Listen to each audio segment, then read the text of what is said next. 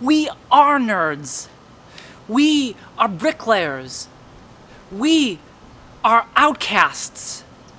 We are from all political parties. We know what it's like to see our family members destroyed from having unmet needs. And we know what it's like when a politician ignores our voices because our voices are not as important as the voices of special interests. But 2 years ago, we got the Freedom to Vote Act as close as possible to getting passed. Just 2 senators needed to lift the anti-democratic filibuster.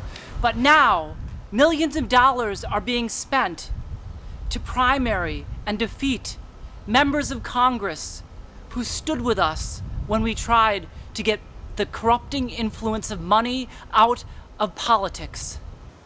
I heard about a plan to get money out of politics by going to New Hampshire and demanding that the next president of the United States commit to getting money out of politics. I was in, but I couldn't get there. I was too poor. And then when I did finally get there, I was able to shoot video and edit it, and it ended up on CNN. When the largest action happened in the movement, I couldn't be there either. I was just a gig worker. I found myself hunger striking. For 6 days, it was clear we weren't going to get the filibuster lifted, even though we had the votes to pass the bill. It was so empty. And one congressman came and spent the whole day with us.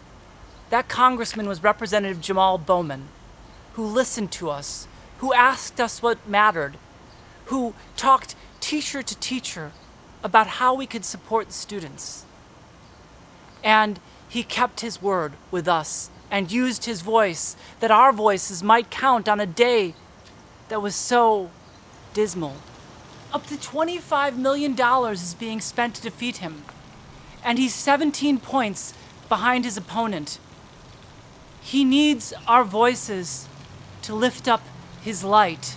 By listening to the voices of the members in his congressional district, we can help them understand that what matters to them is what he was meant to do.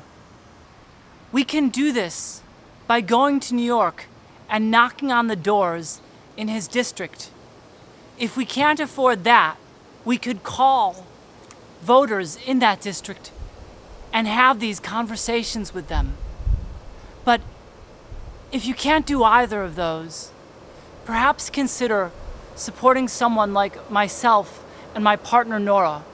We have been staff and volunteers on historic actions that stopped the equivalent pollution of 500 coal plants, that guaranteed 3.5 million veterans cancer treatment. But we are gig workers. And if we don't work, we won't be able to pay rent. For this trip, we'll need to pay for gas money, to get an oil change. And so even $25 can make a significant difference to us in getting out there, but we only have days.